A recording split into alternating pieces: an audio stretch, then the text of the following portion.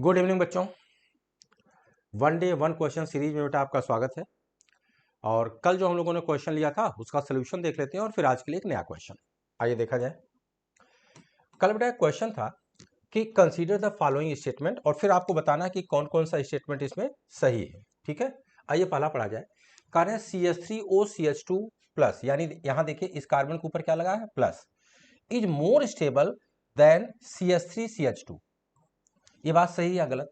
तो बेटा अगर आप यहां देखो, इस कार्बन के पास pure vacant p atomic orbital है और पड़ोस वाले के पास क्या है, लोन पे है। तो यहां क्या हो जाएगा, बैक बॉन्डिंग रेजोनेंस हो जाएगा। और बैक बॉन्डिंग रेजोनेंस की स्टेबिलिटी हाइपर कॉन्जुगेशन की तुलना में मच मोर ग्रेटर होती है। तो इसका मतलब ये बात तो सही है। दूसरे में देखिए, इस कार्बन से 2 मेथाइल लगे हैं, यानी इसके पास 6 अल्फा हाइड्रोजन हो जाएगी। 6 हाइपर कॉन्जुगेशन की कंडीशन है। और इससे बेटा सिर्फ एक लगा हुआ है, मतलब एक CH2 ग्रुप लगा, यानी 2 हाइपर कॉन्जुगेशन की कंडीशन है।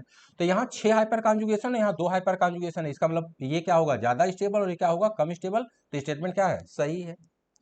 तीसरे में देखिए, कह रहे हैं this is more stable then this. बेटा आप बताओ, यहाँ प्लस है, ये सिंगल है, और यहाँ डबल बॉन्ड, यानी रेजोनेंस हो जाएगा, रेजोनेंस स्टेबलाइजेशन हो जाएगा। और दूसरी तरफ यहाँ वो सिर्फ एक CH2 मिल रहा है, हाइपर कॉन्जुगेशन मिल रहा है।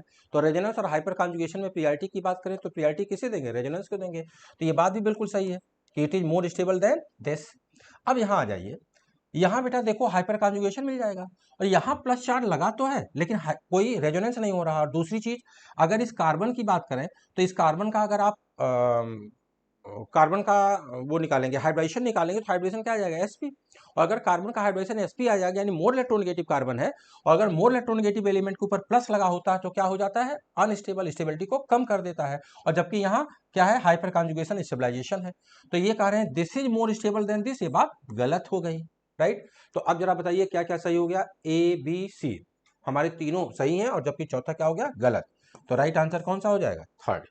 ठीक, अब आ जाइए अगले क्वेश्चन पे, आज वाले क्वेश्चन पे।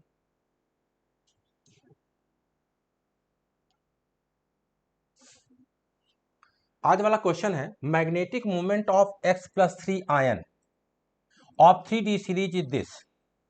कह रहे हैं एक X+3 आयन है, उसका मैग्नेटिक मोमेंट इतना है, बताना है कि उस एलिमेंट का एटॉमिक नंबर क्या होगा। ठीक है, तो इस क्वेश्चन का आप कमेंट सेक्शन में बेटा आंसर दीजिए, और कल हम लोग मिलते हैं इसके सोल्यूशन और एक नए क्वेश्चन के साथ। Thank you very much.